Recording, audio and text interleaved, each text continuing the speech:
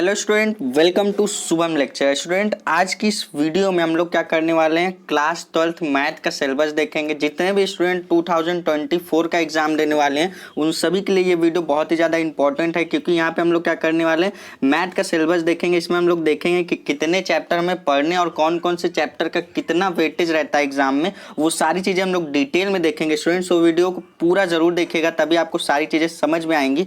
So student, बात करेंगे एक एक करते हुए हम चैप्टर की, और बात ही करते चलूंगा मैं कौन कौन से चैप्टर का कितना वेटेज रहता है आपके बोर्ड एग्जाम में। तो सबसे पहले देखिए, यहाँ पे हम लोग यूनिट वाइज देख लेते हैं। पहली यूनिट में हम लोग को देखिए पढ़ना है, यहाँ पे टोटल 6 यूनिट दे रखी है। जैसा कि आप सभी को पता होगा कि आपका जो मैथ होता है वो दो पार्ट में, अगर आप एनसीईआरटी की बात करते हैं तो 2 पार्ट में आपका बटा हुआ है, पहले पार्ट और दूसरा पार्ट। पहले पार्ट में आपको टोटल 6 चैप्टर पढ़ने होते हैं और दूसरे पार्ट में आपको टोटल मतलब वहाँ पे आपको 7 चैप्टर पढ़ने होते हैं। यानी कि टोटल आपको कितने, टोटल आपको 13 चैप्टर पढ़ने हैं। इतना आप माइंडसेट करके चलेंगे, 13 चैप्टर पढ़ने हैं। और इसमें से मैं आपको बता दूं, कुछ ही चैप्टर जो आपके क्या है, लॉन्ग है। बाकी आपके चैप्टर छोटे छोटे हैं, जिसको आप इजीली क्या कर सकते हैं, एक हफ्ते विद इन 1 वीक आप क्या कर सकते हैं, कंप्लीट कर सकते हैं।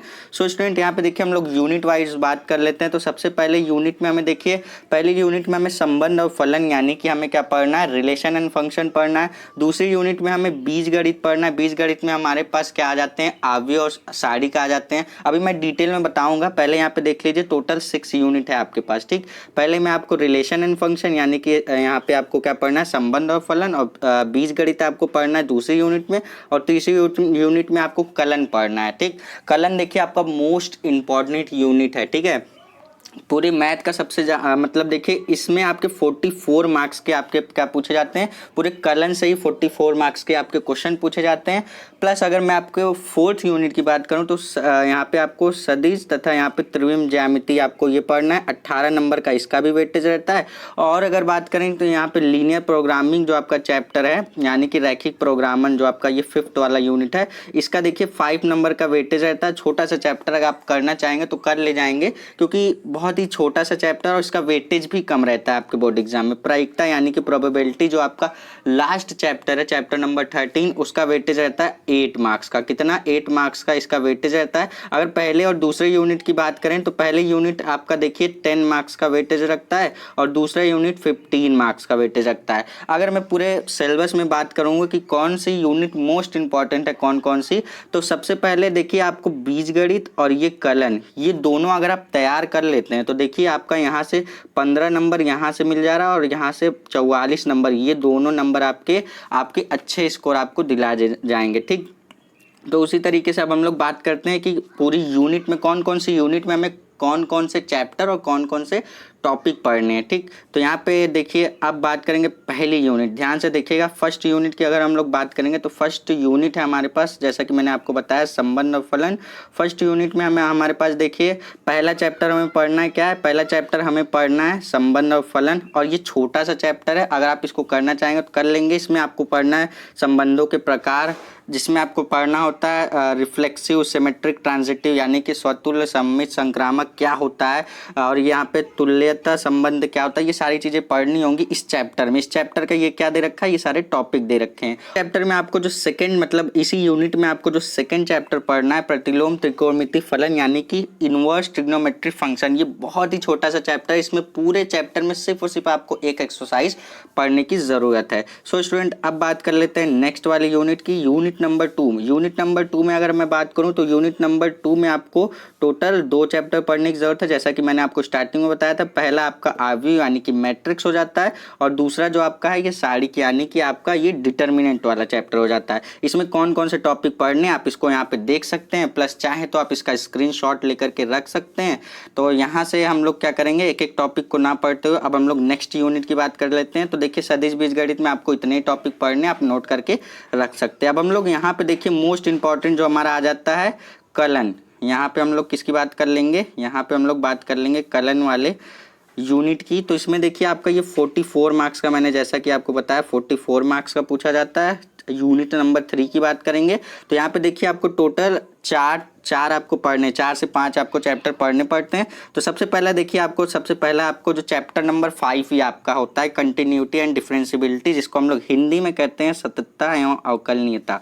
ठीक, इसमें आपको इतने सारे टॉपिक आपको पढ़ने हैं। टॉपिक आप देख सकते हैं, नहीं भी देखेंगे कोई बात नहीं, सारी चीज़ें आपको जब पढ़ाई जाएगी तो वहाँ पे आपको डिटेल में बता दिया जाएगा। अब आपको इसी यूनिट में यानी कि 6 वाला जो चैप्टर आप पढ़ेंगे, 6 वाला चैप्टर आप अवकलनों के अनुप्रयोग। ये देखिए जो आपका चैप्टर, ये जो पहला आपका यूनिट में जो पहला वाला आपका चैप्टर है, ये बेसिकली आपका अवकलन ही है। ठीक है, उसको लिखा गया है सततता एवं अवकलनीयता। इसमें आपको सिर्फ और सिर्फ अवकलन ही पढ़ना है और यहाँ पे आपको अवकलनों के अनुप्रयोग पढ़ना है, आपको समाकलन पढ़ना है। मोस्ट इंपॉर्टेंट चैप्टर भैया, इससे 8-8 नंबर के क्वेश्चन आपके बहुत सारे पूछे जाते हैं, तो ध्यान दीजिएगा इस चैप्टर पे, मोस्ट इंपॉर्टेंट। और मैं आपको बता दूं आपके पूरे मैथ का सबसे लॉन्ग चैप्टर है ये। टोटल इसमें आपको 7.1 से लेकर के 7.11 तक टोटल 11 एक्सरसाइज पढ़ने को मिलेगा। ठीक, सबसे लॉन्ग चैप्टर ये आपका है।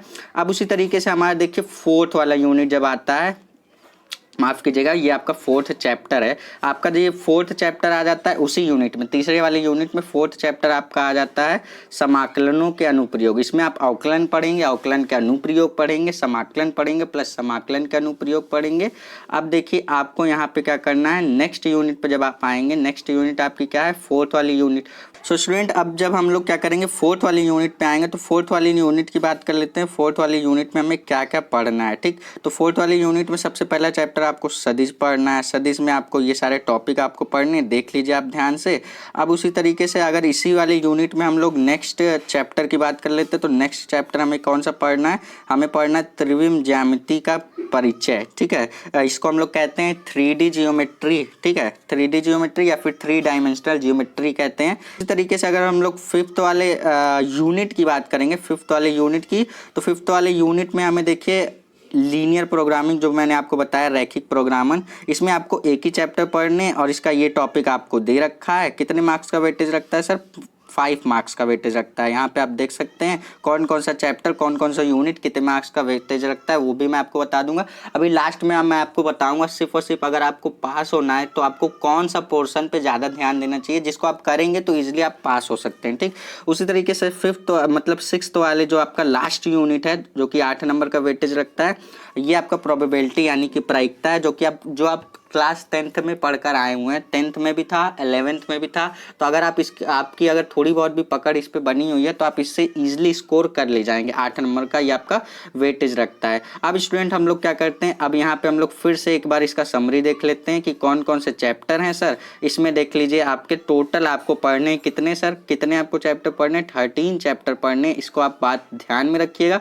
13 चैप्टर में से मैं अगर आपको बता दूँ, सबसे पहले आपको स्टार्ट करना चाहिए कलन आप स्टार्ट करेंगे तो आपका आधा पेपर आपका यहीं से हो जाता है 44 मार्क्स का। देखिए इतना बड़ा वेटेज रखता है ये आपका, तो आप इसको पहले स्टार्ट करिए। देन आप उसके बाद स्टार्ट करेंगे बीजगणित। ठीक है, बीजगणित आप इसको स्टार्ट करिए, 15 नंबर का वेटेज रखता है। और उसके बाद अगर आप इसको आपको तैयार करना सदिश एवं 3D ज्योमेट्री, जो आपका 4th यूनिट है। अगर आप ये 3 यूनिट, मात्र टोटल आपके 6 यूनिट दे रखे, अगर आप ये 3 यूनिट तैयार कर लेते हैं तो अब मैं आपको बता दूं आप यहाँ से 70 से 80 नंबर आप आसानी से स्कोर कर ले जाएंगे। तो इसमें आपको लोड लेने की बिल्कुल भी जरूरत नहीं है। आई होप कि सिलेबस से रिलेटेड आपका सारा भी डाउट क्लियर हो गया होगा। टोटल 13 चैप्टर पढ़ने हैं। यूनिट में बात करेंगे टोटल 6 यूनिट पढ़ने हैं। तो ये सारे यूनिट यहाँ पे आपको लिखे हुए मिल जाएंगे। अगर आप इस PDF को डाउनलोड करना चाहते हैं तो यूपी बोर्ड की जो ऑफिशियल वेबसाइट है वहाँ पे आपको मिल जाएगा। इस PDF को आप जाकर के डाउनलोड कर सकते हैं। सो स्टूडेंट, इस वीडियो को हम लोग यहीं पे एंड करते हैं। नेक्स्ट वीडियो आप कौन से टॉपिक पर चाहते हैं हमें कमेंट सेक्शन में कमेंट करके ज़रूर बताइएगा। और यहाँ पे हम लोग क्या करेंगे, अब मिलेंगे नेक्स्ट वीडियो में। तब तक के लिए पढ़ते रहिए। All the best.